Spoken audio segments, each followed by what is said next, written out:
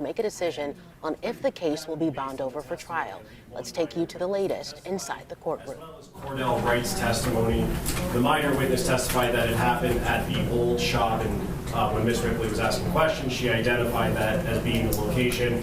Cordell Wright testified back in November that they didn't move from that shop, which was at East Warren and Neff in the city of Detroit, until May or June, based on Nazia's birthday, which is in her medical records. At that time, she would have been 12 years old, and the minor witness testified clearly describing an act of penetration, specifically penis to anal opening. With respect to the criminal child sexually abusive activity, that would be based on the text messages as well as the minor's testimony as well. Combining those two things satisfies the elements of those charges. However, going to count one in murder in the first degree premeditated, I would like to go through and put some of the pieces together. And we are standing here today in court on January 9th, 2025, which is 1 year, almost to the minute, the last time Nazia was seen on a camera in the city of Detroit, which is on the screen now. The last time that she was seen was on January 9th, 2024 at 2:56, getting off of the bus at 3 Mile Drive in Cornwall and walking down Bedford. She was walking towards what she didn't know at the time would be Jarvis Butts and her ultimate murder by him.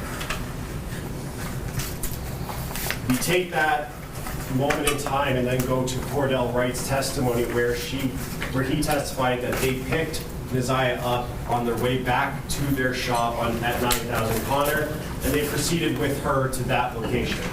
We have Jarvis Butts' sister's testimony, Tijuana Butts, who did say that she saw a young girl with a very descriptive and distinct jacket getting in and out of that car, the white Cadillac Escalade. That would have been before Jarvis, Cordell, and Nazia departed for Ypsilanti. We have Sergeant O'Rourke's testimony as to his cell phone locations based on cell tower information and the historical call detail records, which placed them consistent going out to Ypsilanti. And then we have Cordell's testimony getting them back to the shop. Talacia Moore also testified to seeing Nazia in Ypsilanti with Cordell and Jarvis. Cordell, as we know, testified that he had to get back to his house based on his tether hours by 9 p.m. And that is the last time that anyone who is not Jarvis Butts would see Nazia Harris alive. From the shop, we proceed out to the Park Crest Inn, where Jarvis Butts checked into a hotel at 9:30 p.m. And Sergeant O'Rourke's testimony corroborates this, placing his phone in the area of that 20,000 Harper address at around midnight till early in the next morning on the 10th. Using the data that you see on the screen in those times. Recapping January 9th, this is the last time that we have any sort of communication from Nazia. There was, if you look at those messages that Sergeant Jones went through and read, just between Nazia and Jarvis, there was consistent and constant communication up until January 9th. There's also no messages from Jarvis after Nazia goes missing on the 9th, looking for her, seeing where she is, trying to find her, trying to help, as anyone should do at that time, her family locate her. There's no messages to her phone, to that Text Now account from Jarvis Butts' phone. Her legal guardian and grandmother, Annette Harris, has not seen any social media posts. The OIC of the case, Sergeant Jones, has not seen anything for a total of 1 year now. The Lieutenant George Harris, who was involved in the investigation in the first month, didn't see anything that he saw from social media or Text Now after the 9th. Jarvis Butts on the 9th, we know, borrowed Latricia Johnson's car overnight, which was unusual. He borrowed that and then again borrowed it on the 10th or 11th. We know that Nazia's glasses were found in that car sometime after the 10th or 11th when Latricia Johnson was at that shop and Jarvis Butts snatches them out of her hand. From the Park Crest Inn and from January 9th, we go out to 7 Mile and Burke. This is by far the most important location in this case because we know that the defendant spent from 11:40 p.m. on the 10th to 1:34 a.m., nearly 2 hours, in that area, in that wooded area where the Rouge River runs through. And to give, this is from the slideshow of the scene photos that were taken at 7 Mile and Bird. This is the area where it's the people's theory Jarvis Butts did at least one of two things. Either killed Neziah at 7 Mile and Bird, but at the very least dumped her body in this location. We know this because of the evidence that was found there, specifically the black hoodie, which you see in this photo here, as well as the pink bodysuit and the shoes that we confirmed, or that are hers, based on the picture that the OIC received from her brother. And those items were collected. The black hoodie and pink jumpsuit were tested. And importantly, Rion Green testified as to which swabs were which. This analysis here and hypothesis and results pertains to the right shoulder swab on Neziah Harris's black hoodie that she took that picture in when she was in school on January 9th. The one, importantly, that Annette Harris testified was in good condition when Neziah left. We will get to pictures of that, but this shows that Neziah Harris's DNA is there, as well as Jarvis. And importantly, this is one of the stain swabs that was positive, not just for blood, but human blood, based on the hemotrace results. In the next one, we have, this pertains to not the stain swabs, but the regular swab that Rion Green testified was a wearer ID swab. Importantly here, Jarvis Butts' DNA from that swab that would have been taken around the neck of that sweater, or the end of the arms of that sweater, is there with very strong support, and of course, Neziah's DNA is there as well. And when we look at that sweater, specifically through the PowerPoint photos that Rion Green took and put together, we can see that there is a lot of markings on this. If the court looks closely on this, and I did, there are 15 phenol-positive stain markings on this sweater. This is just the front of that sweater. And of course, the court paid attention and saw the markings or the damage to the hood, that it is the people's theory would have been stab wounds or something to that effect that happened when Jarvis Butts murdered Neziah Harris. We also have to look, and it goes to the premeditation element as well as everything he did before, at Jarvis Butts' actions, specifically what he did to attempt to conceal or cover up his role in the murder of Neziah Harris. First, we have the glasses that he made sure he grabbed directly from Latricia Johnson's hands when shown, that are consistent with the glasses she had in the photo from the 9th when she was in school. We have the jail call to Cordell Wright to get that phone of his out of Miss Davis's car and into someone else's possession, which he testified he tried to do, but was ultimately unsuccessful. And then Sergeant Jones testified that they ultimately did recover that phone from Miss Davis's car. There is the phone call to Latricia Johnson, which was played when she was testifying, saying to get anything he touched clean, to clean anything he touched, to get anything, don't drive her car, drive his mom's car, which is important because when you combine her testimony of when Jarvis Butts took her car, those 2 times on the 9th and 10th, and then either the next day or that same day, it's important because that car is the car that he transported Neziah Harris out to 7 Mile and Bird to either dump her body or to murder and then dump her body there. And we can go through all of the lies that Jarvis Butts told any detective or any officer that he testified to, but in highlighting those, he denies to Detective Mays that he was with Neziah at all or had talked to Neziah at all on the 9th, denies ever picking her up, denies to, even when confronted with the January 9th messages, he said that it wasn't him initially. Obviously, we heard in the subsequent interviews, specifically on June 1st with the OIC, he came off of that. He told Shannon Harris that Neziah texted him on the 9th. She says that he never did that. And we have some of their messages in the record as well. He denies going to a hotel and denies going to a hotel with Neziah Harris and denies having any sort of sexual relationship with Neziah, even though the text now messages completely prove that that is an absolute lie. We also have his motive. We know from Sergeant Jones that he was going to be going into custody supposedly on January 9th until roughly December, I believe, is what Sergeant Jones testified to. We know that that date was adjourned because he said in his interview that he had a legal issue. He said it was out in Clinton Township, but I submit to this court that that's not the legal issue he was talking about.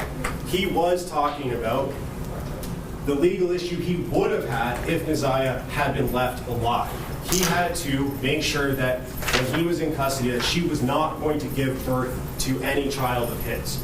That's his motive in this case. That's why that's January 9th. Sentencing date was adjourned to February 7th so he could take care of that potential legal issue. He was being told consistently by Neziah throughout the months that she might be pregnant, and then on 11/27, she says to him that it's hard to do this gym shit with this baby. Less than a week or 2 weeks later, he's searching on Google how to abort a baby, how to not just abort a baby or get an abortion, but how to do it at home, how to get rid of that without any medical professional or any responsible mandated reporter knowing about it. We clearly have that motive. And obviously, Judge, one of the big issues in this case is proving that Neziah Harris is dead without having a body.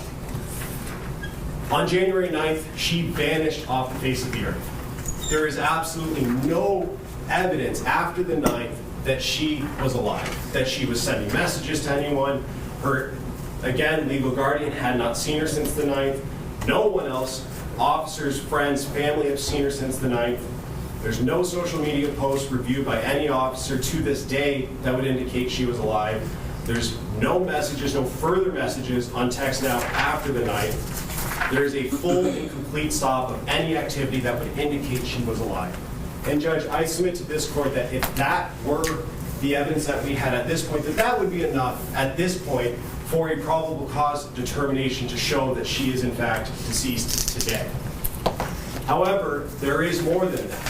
Her hoodie found at 7 Mile and Bird, which we just saw a photo of, has Jarvis Butts' DNA on it and Neziah Harris's DNA on it, and it is covered in blood, indicating that something traumatic happened to her. And all the other evidence shows that something traumatic happened to her at the hands of Jarvis Butts.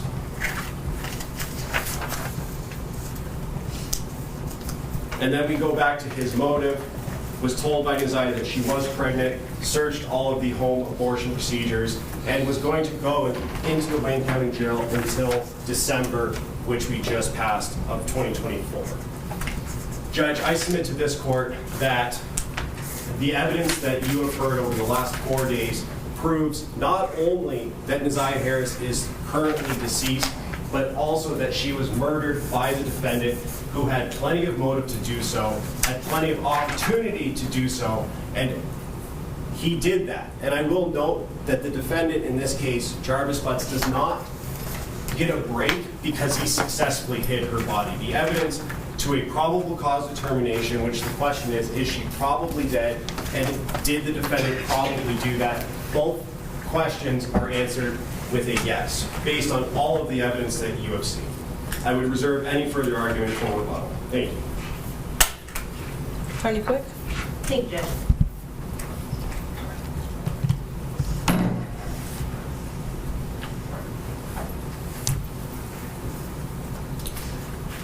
I know how well aware the court is that we have a very serious task here. We've been here for 4 days, and at this point, we have to look critically at what we've heard and what we've seen over the last 4 days and determine if there's enough evidence by a probable cause standard that Mr. Butts committed premeditated first-degree murder. And if you look critically at what the evidence is and the lack of connection between these pieces of alleged evidence, there is not even by a probable cause standard. To bind over on premeditated first-degree murder, there has to be sufficient facts or evidence to show by a probable cause standard that each of the elements of premeditated murder in the first degree were committed. First, there's got to be a death. There has to be evidence that the defendant caused the death of the deceased, that some action that he made or did caused that person's death. That there was an intent to kill, that the intent to kill was premeditated, and that it was deliberate. And here there is not enough evidence, even by a probable cause standard, that Jarvis Butts caused the death of Messiah Harris. There's been no testimony of any eyewitness stating that they saw Jarvis Butts doing any act that could have caused Messiah Harris's death. There's been no testimony of any eyewitness that they saw Jarvis Butts doing anything in preparation of doing something that could have caused her death. And there's been no admission of Mr. Butts to support that element. There's not probable cause to believe that Mr. Butts had an intent to kill Messiah Harris, nor that he premeditated her death. There's no evidence of any threats made by Mr. Butts to Messiah. There's no evidence of any threats made to a third party that he was going to do something or that he had a problem that he had to take care of. The issue or the statement was he had a legal matter. And Ms. Davis testified that she was aware of an issue that he had in Clinton Township and that she was the one that was driving him around to court. There's no testimony that he took any specific action in a deliberation to kill her or that in killing her. There's Google searches about legal ways to abort a child, not how to kill somebody or dispose of a body. There's no evidence that he did anything related to the Google searches. There's no receipts of purchases or anything like that. And these text messages were 2 weeks after, they were, I believe, December 9th and 10th, which was, I believe, 2 weeks or 13 days from 11/27/23, which is the text message about gym class. And then there's this kind of cryptic text message in between that says, "It healed." We don't know what that means, but we don't know what Mr. Butts took that to mean. It doesn't necessarily mean that he believed she was pregnant. There's no evidence of a pregnancy. We have medical records until, I believe it's October of 2023, that don't indicate a pregnancy, that she had been to the doctor in September when she originally texts or messages Mr. Butts and says she thinks that she's pregnant. There's no evidence of a pregnancy. She went to the doctor. We heard from both her guardian, her grandmother, and her aunt, Shannon Harris, who lived with her. No testimony from either of them that they suspected that she was pregnant, that there was any medical issues that they had to take care of because that would have caused them to think that she was pregnant. There was an insinuation, well, was she wearing baggy clothing? Was she wearing bigger clothing? There was no testimony that they had to go out and buy new clothes for her because her clothes didn't fit, or that she started wearing baggy clothing. She was wearing denim pants on the day that she disappeared, and there was no testimony that those were not pants that she had recently bought because she didn't fit into the clothing that she previously had. There's no evidence of any kind of plan. There's no messaging between Mr. Butts and Ms. Harris that indicates an escalation of animosity between the two of them. In fact, he essentially kind of starts to disengage. And so there's no written evidence that he had any kind of plan or any animosity toward her at that point. Our submission would be that he understood at that point that she wasn't pregnant and was disengaging. Let's talk about what we did see. So we know that Messiah got on her school bus around 2:45 on the 9th. She got off the bus a few minutes later, and then she was seen walking up Bedford. She was wearing at that point light colored blue jeans, a black hoodie, and then a colorful coat with fur around the hood.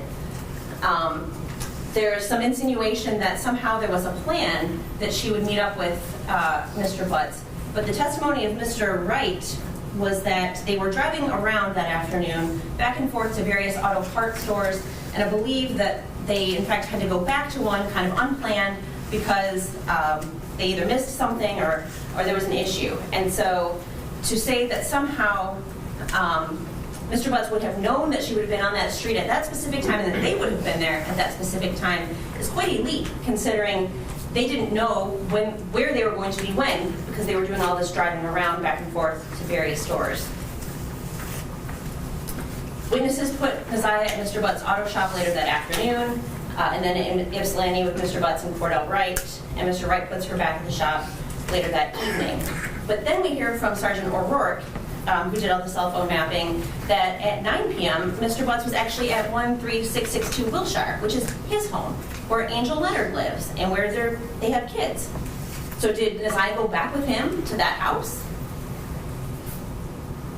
And then at 9:30 is when he checks into the Park Crest Motel. Now, we don't know who was with him there, but there is no evidence that Neziah was ever there. They searched it, they took DNA, they took clippings of various things, they swabbed a shower drain, and there's no evidence that she was ever in that room. We did hear testimony that the Park Crest is a known place where Mr. Butts frequents and takes various lady friends for a rendezvous. It's much more possible and plausible that he took one of his lady friends there, than somebody who he was going to kill, right? He's going to a place where they know him. He's a frequent flyer there. And is he going to take somebody there where he would later, before he was going to kill them? That makes no sense. That is not logical. We heard then that after Mr. Butts left the Park Crest Motel, he went to 4 Alexandrine, which is Midtown, so kind of across town. And that's where his other girlfriend, Najeen Rushing, lives. So did he take Neziah with him there to see Miss Rushing? And he stays there for a while, I think, according to Sergeant O'Rourke's mapping. And then we hear that he is at 7 Mile and Berg on January the 10th at 11:40 p.m. for over an hour. That's almost 24 hours from when he initially, it's beyond 24 hours from when he initially is with Neziah, or when he's last with Neziah. And so it's illogical to think that he was driving around with Neziah, visiting all of his girlfriends, or if he had done something to her previously, that she was in the car with him while he did that. And in fact, they took a cadaver dog around the car and didn't find anything, and they tested the vehicles, all of his vehicles, every car that he drove, for DNA, for any sign that Neziah had been in there, and they found nothing. And the call to Miss Johnson asking her to wipe down the Sentra that she used, that he had borrowed, is kind of irrelevant because she testified that she didn't do it. That she did nothing based on what he called to say, and they still didn't, nothing was found.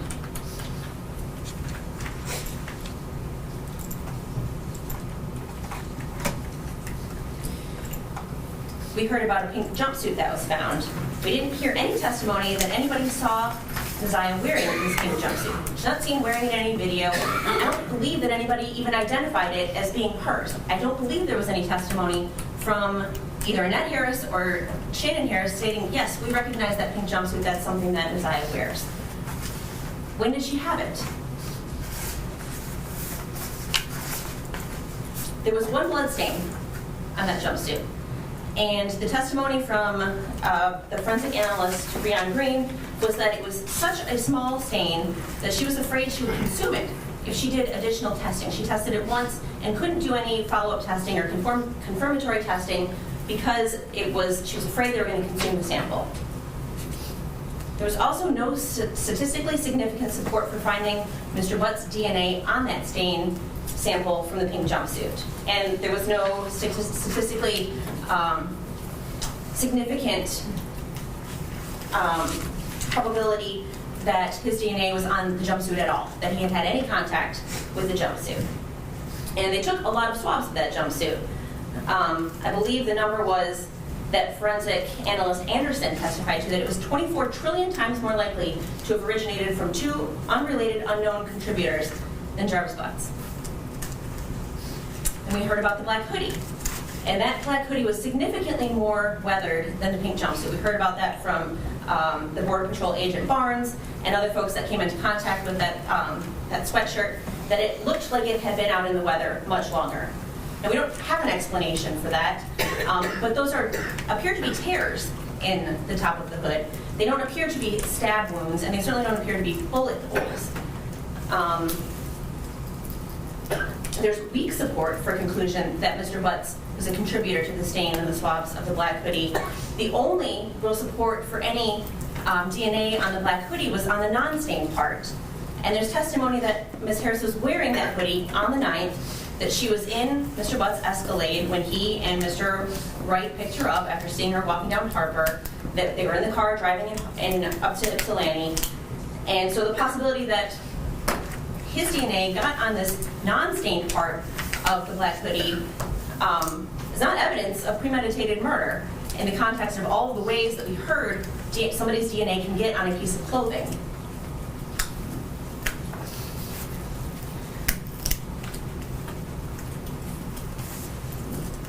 And I kind of talked about this, but we heard testimony that Mr. Butts drove both a Cadillac Escalade and a Nissan Sentra on January 9th and January 10th. There's a lot of pieces of those cars that were tested. Trunk carpet from various areas in both cars, the driver's floor mat, the driver's seat, the door handle, trunk speakers, the trunk frame. All of those things were swabbed for blood and nothing was found. We heard about a school ID card that belonged to Nasiah. We heard Valerie Smith testify that she noticed it at some point in February, maybe a month or so after Nasiah was last seen, and that she decided to pick it up 2.5 weeks after she first spotted it. But she was pretty clear that she only noticed it about 2.5 or about 2 weeks before, but that she looked at it every single day. Seemingly, if it had been there before then, she would have noticed it. When did it get there? We don't know. There was no evidence, there's no testimony as to that.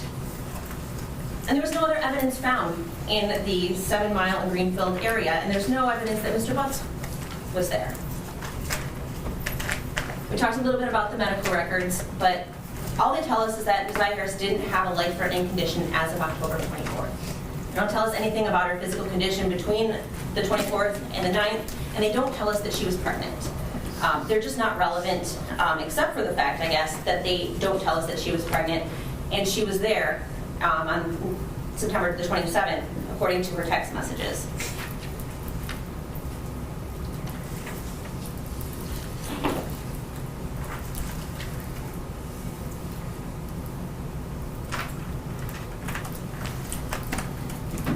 What we haven't heard in the last 3 to 4 days is anything about a murder weapon. We've heard that they collected guns, but we don't know if any of them actually operated, and they tested them for DNA, and there was nothing found. When did those guns get taken from a house? When did they get put back, if any of them had been used? And, I mean, we just simply don't have any evidence as to whether they were even touched by Mr. Butts. But certainly there was no DNA from Mr. Harris on them. And if one was to use a gun to bludgeon somebody enough where they break the skin and bleed, there's going to be DNA on that gun. If somebody is shot at close range by a gun, there's likely to be DNA on that gun. They found no DNA on a gun. There was initially testimony about all these knives that were found, and then when Mr. Riggins did a little bit of digging, well, one of them was a butter knife, one of them was rusted and under a seat and looked like it had been there forever. There's only one knife that they were actually interested in. They sent it for testing, and there was nothing on it. And we know that they can test for blood even if something has been wiped clean, because they do that, and in fact they did that in this case. They found no blood on anything that the prosecution is positing could have been a murder weapon.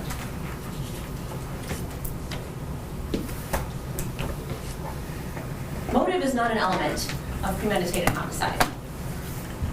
There's evidence that Mr. Butts and Nasiah had a sexual relationship. And we are, at this point, not contesting the bind over on those counts. That would explain why Mr. Butts would not want to be honest about why he was with Nasiah Harris. That would be enough to make somebody want to lie about their whereabouts or their connection to somebody. There's no evidence that it went any further than that from him. No evidence that he had been confronted by anybody about a sexual assault. No evidence that he was being threatened by Nasiah to expose him or get him in trouble if he didn't do something that she wanted him to do. By the time January 9th rolled around, they weren't really speaking that much. She was, in those text messages that we heard, getting frustrated with him for ignoring her. But never once did she say, well, if you don't talk to me, I'm going to tell everybody what we've been doing. And so there's a complete lack of any motive for him to respond in that way. And I would point the court to a case called People v. Fisher. and it's 193 Mishap 284.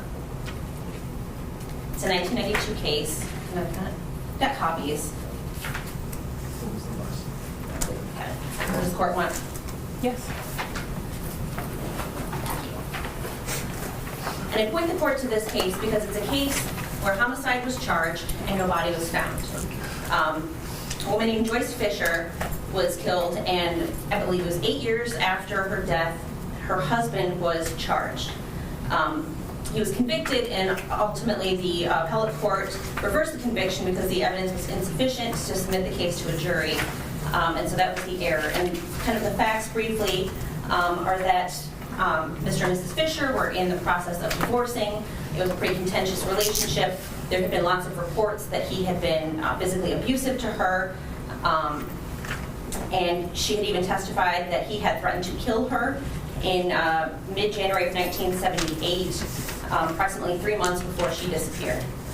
In April of 1978, apparently they were out together, they had lunch, and he was the last person to see her. After that, she disappeared. Now, there was no substantial testimony in that trial regarding her reliability, her long or short-term plans, that she had children, that she was devoted to them, and that she wouldn't have, essentially, that she wouldn't have had any reason to run away or leave. And so that gave rise to an inference that she was deceased.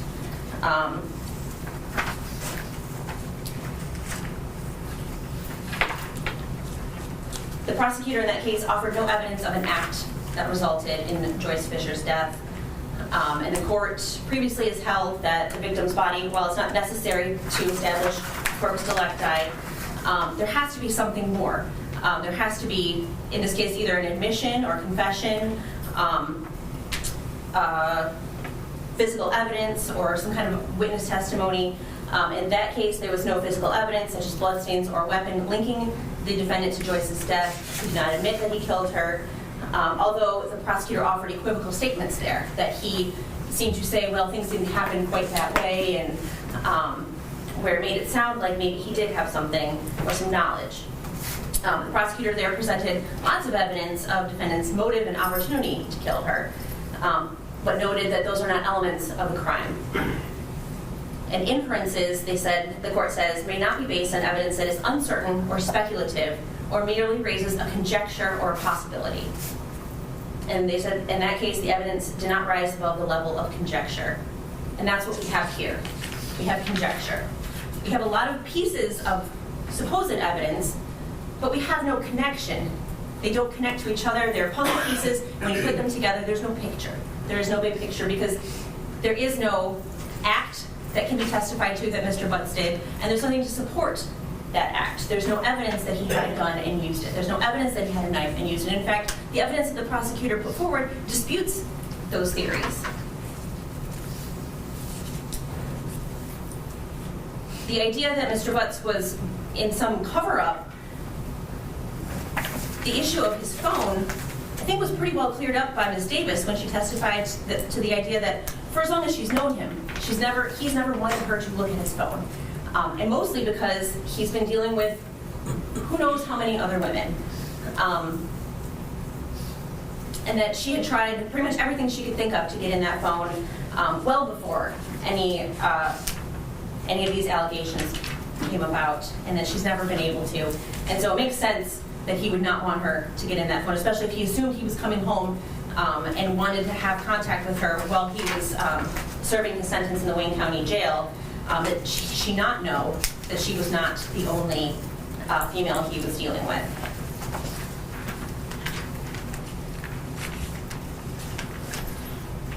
We acknowledge that probable cause is a low standard, but it isn't just limited to whether the prosecution has presented significant or sufficient evidence on each element of the offense, which we submit they have not. They also must determine that there's a reasonable ground of suspicion supported by circumstances sufficiently strong to warrant a cautious person to believe the accused is guilty. That definition of probable cause, or that characterization, comes from People v. Carter, which is 250 Mishap 510. And so you have to have both elements of the crime met, and also those elements have to be met by evidence that is sufficiently strong to believe that it is relevant, that it actually proves what it is saying that it proves. And here we have conjecture, we have speculation, we have supposition, and we have somebody who, he did have something to hide. But there's no evidence that he did anything about that. He didn't threaten her, he didn't ask her, or say if anybody finds out, that, I will go to jail, or you could go to jail, or you could be hurt. There was nothing like that in any of those conversations that we saw.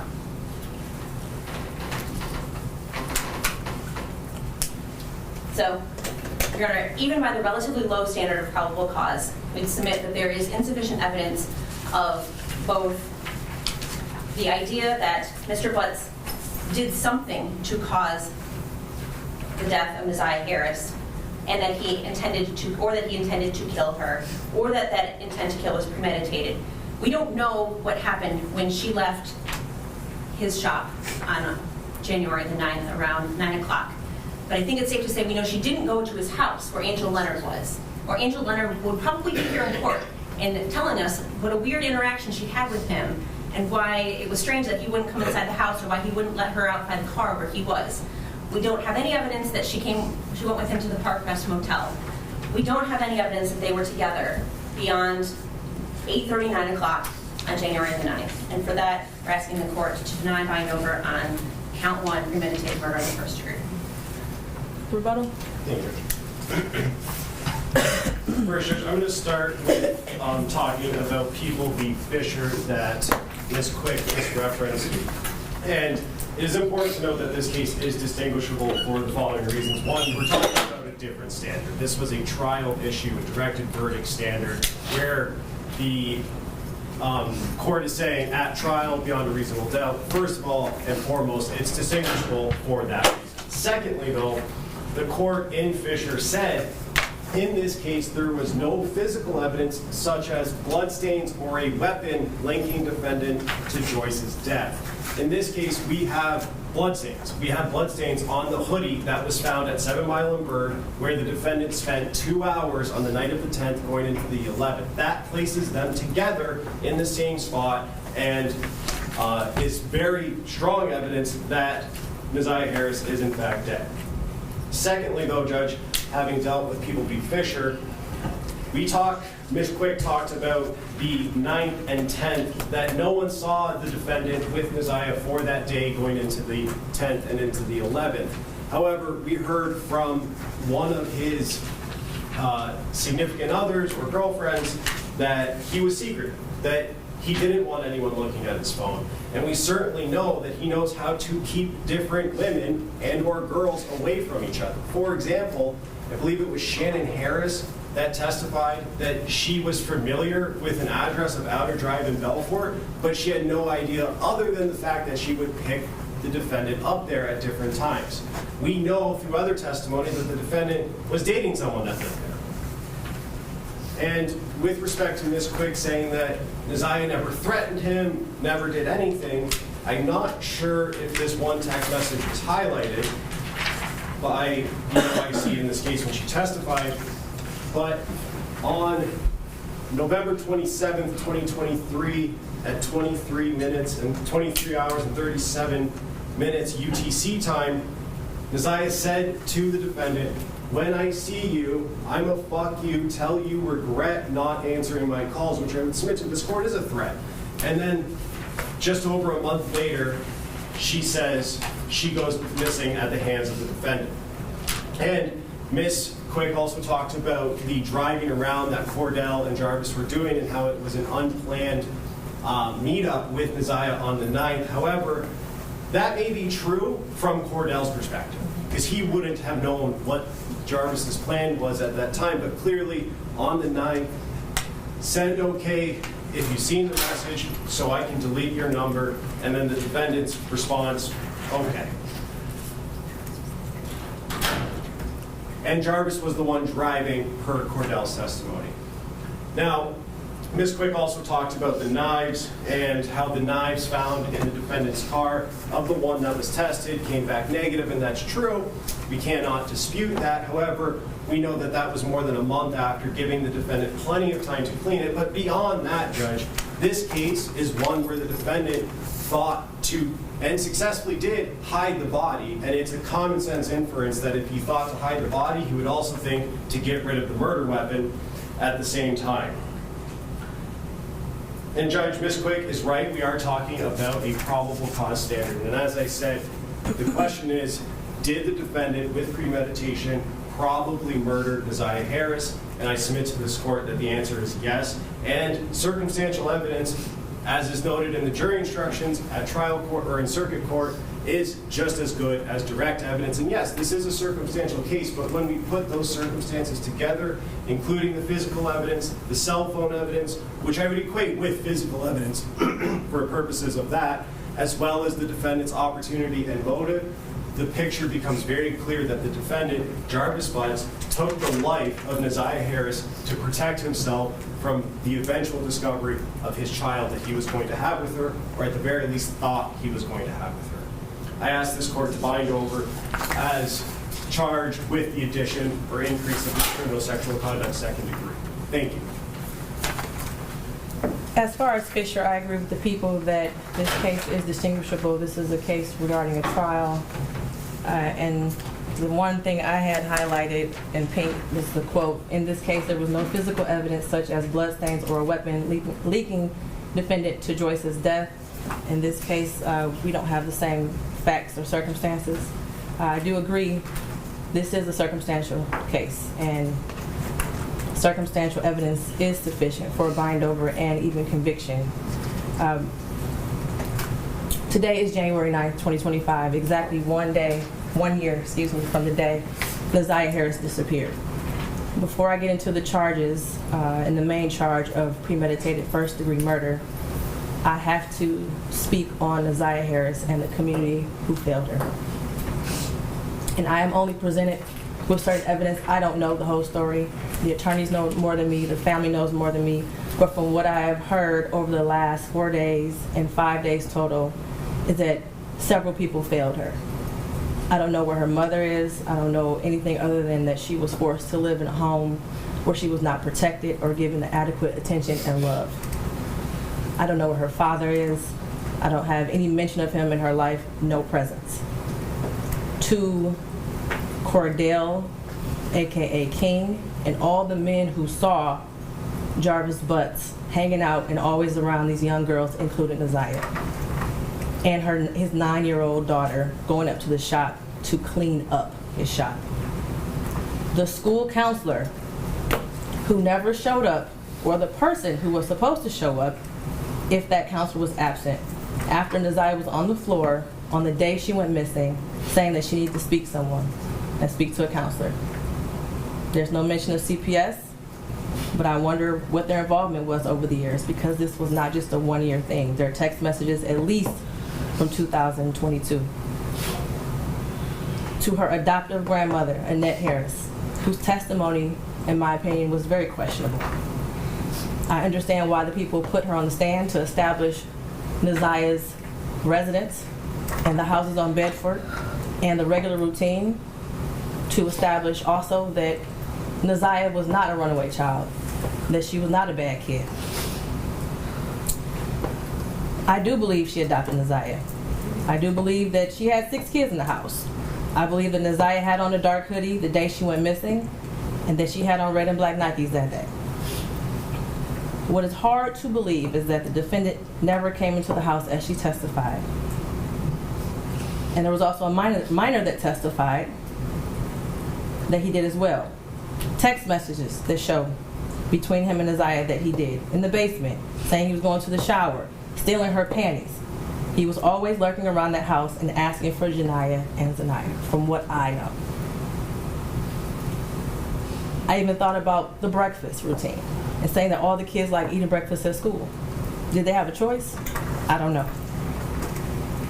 But to always send those girls up there to clean up the shop raises questions. And how were there 2 women in that house who have birthed children themselves who did not notice that Neziah was pregnant, and I believe she was, and not having her period anymore? But then after hearing text messages today, begging Jarvis for pads as if she didn't have anyone else to get them for her.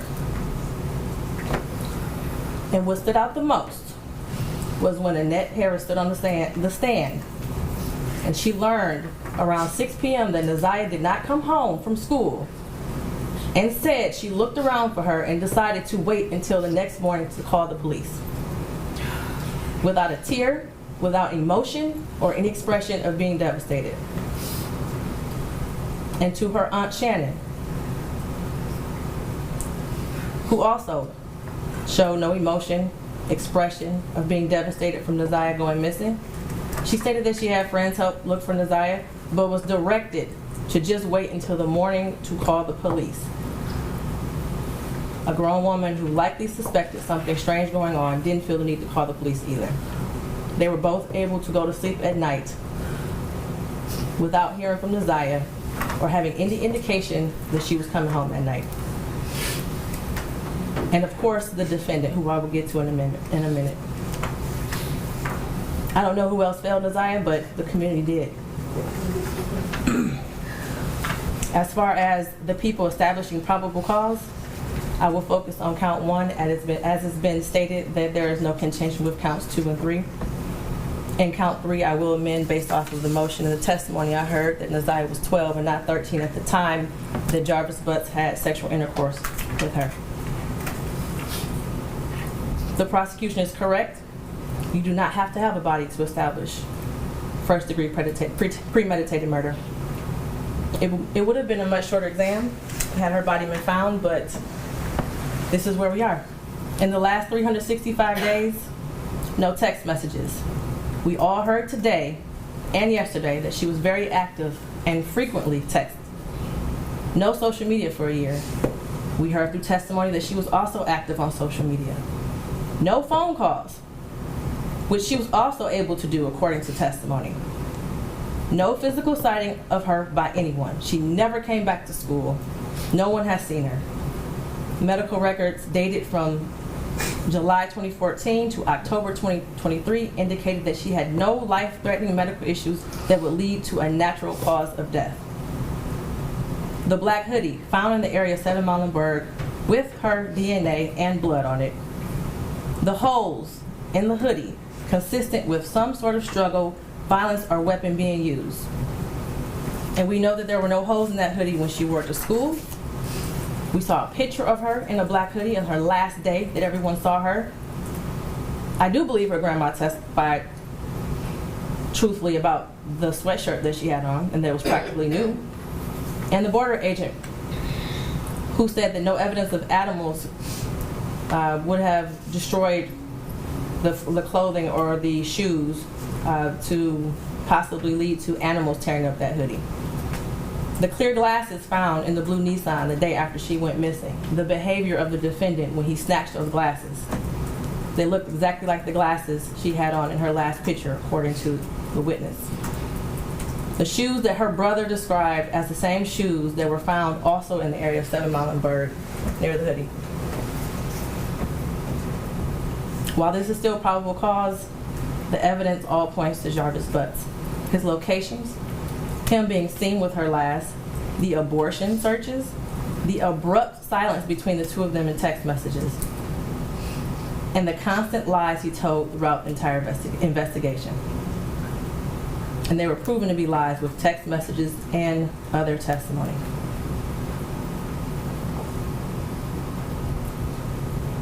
We may never know what happened, but from what I heard today and over the last 4 or 5 days, it appears he intended to perform what he thought was a do-it-yourself abortion on Neziah and went south, and instead of seeking medical attention for her, he intentionally killed her and tried his best to cover it up. As much as I want her to be alive today, there is at least probable cause to show and believe that she is dead and that she was murdered by Jarvis Butts. Mr. Butts, stand up.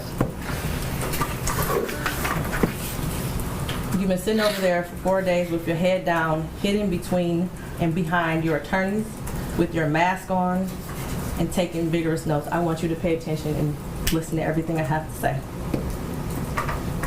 I have been trying to figure out for the last 5 days, you. At one point, I thought you were cognitively impaired in the beginning of this exam. And then maybe you had the brain of a 10-year-old, and that's why you were doing such things. But as I heard more and more testimony, you're just the true definition of a pedophile. Watching you laugh and brag about all the women you have with different women and the children and the girlfriends, and making babies to groom them and having them in your presence and cleaning up, quote, cleaning up your shop, and the little girls around you has landed you here today. You groomed Neziah. You played mind games with her. We all heard that. You controlled her emotionally. She was exposed to so much at such a young age. The text messages between you two were disgusting to hear. And to think that she had you saved in her phone as bae for life. Neziah deserves so much more. And while I mentioned other people that failed her, Jarvis Butts, you are the monster in this whole picture. She did deserve love from her parents and everyone who was in her life. She was ignored, she was neglected, and you took complete advantage of that. She wanted someone to love her, and she will never know what that feels like. Your children deserve more.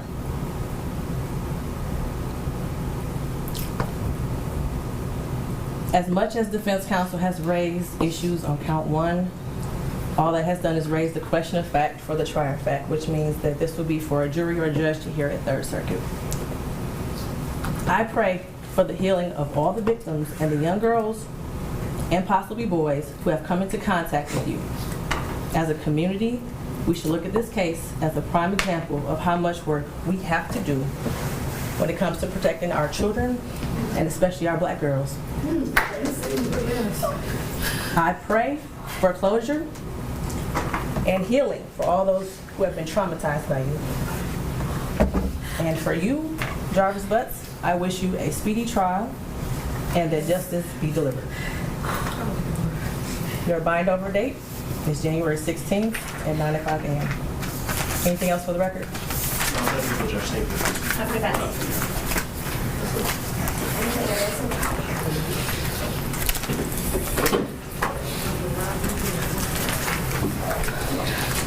Do the right thing and tell us where she's at, please. I'm sorry, Judge. Just do it, Jarvis. Where is she at, Jarvis? Just tell us. You don't got no remorse, don't know it, bro.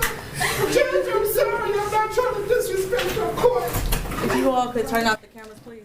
You've been watching CBS News Detroit's continuing coverage of the preliminary examination of Jarvis Butts. He's the Detroit man charged in the murder of the missing 13-year-old girl, Neziah Harris. And we now know that he will stand trial. I'm going to get you right to Jack Springate. He's live outside of 36th District Court with the latest. Jack, what can you tell us? I know some very chilling details and disturbing details during those days of testimony. Well, yeah, it's been a very emotional week in a case that's been full of disturbing details, whether you have a connection to this case or not. And it does seem that Judge Elias Sabri is bonding this case over to Third Circuit Court so that it can be tried in front of a jury. And like I said, it has been a very emotional week, especially today. It's now been exactly a year since Neziah Harris was last seen. Now, the judge listened to the prosecution make their final arguments. The prosecution believes there is enough evidence through November's testimony of one of Butts' business partner, cell tower tracking data, testimony from someone who claims to have seen Butts and Neziah together the evening she disappeared, and a number of Neziah's belongings in the areas that investigators tracked Butts in the days following her disappearance. They say that proves that Jarvis Butts murdered Neziah Harris. They say her clothes found near 7 Mile and Berg Road with blood and Butts' DNA, as well as her disappearance on social media as well, should be enough evidence to prove that she is dead and that Butts was the person behind it. Now, the defense argued that there's not enough of a connection between the alleged evidence to suggest that Butts intended to cause Neziah's death. Ultimately, Judge Sabri found that there was enough evidence to let a jury decide whether or not that is the case. And I will we'll be getting some of that sound and that reasoning in our 5 o'clock hour so that you guys can hear a little bit about why the judge decided to send this case to be heard in front of a jury. This has obviously been a very emotional day for Neziah's family, especially after hearing many of those disturbing messages that were shared by the lead investigator earlier today that alleges her sexual relationship between her and her uncle, Jarvis Butts. You'll hear how family is reacting, as well as some of that reasoning behind the decision from Judge Elias Sabri coming up at 5. But for now, reporting live outside of the 36th District Courthouse in downtown Detroit, I'm Jack Springate, CBS News Detroit. All right, thank you, Jack, for following this for us. A suspect linked to a missing Warren mother made his first court appearance today in Roseville. 32-year-old DeAndre Howard Booker. He faces charges of lying to police officers in connection to the disappearance of Ashley Elkins. Investigators say Booker repeatedly gave false and misleading information about his ex-girlfriend's whereabouts. The mother of two was last seen in the morning of January 2nd. Police say there is a strong possibility that foul play is